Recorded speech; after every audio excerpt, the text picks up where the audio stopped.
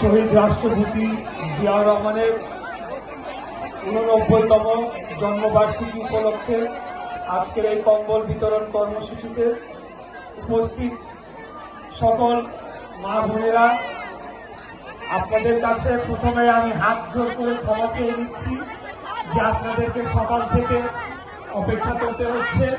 আমাদের একটি অনিচ্ছাকৃত ভুলের কারণে এখানে পৌঁছাতে বিলম্ব হয়েছে। আমি কোনো বক্তব্য দিব না, খালি এইটুকুই বলতে চাই, আমাদের নেত্রী দেশনেত্রী বেগম খালেদা জিয়া অত্যন্ত অসুস্থ হয়ে বিদেশে চিকিৎসাধীন অবস্থায় যেতে পেরেছেন।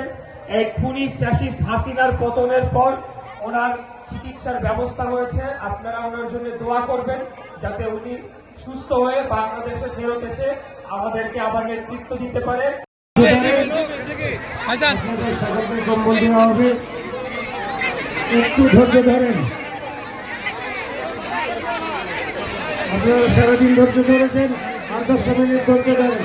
এই যারা এই সার্কেলের ভিতরে আছে মহিলারা, তাদেরকে সার্কেলের ভিতরে রেখে ওখান থেকে একটা করে কম্বল দাও আর মেয়েদেরকে বের করে দাও।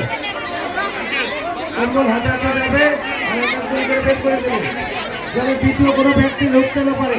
ছেলেদের বের করে দাও।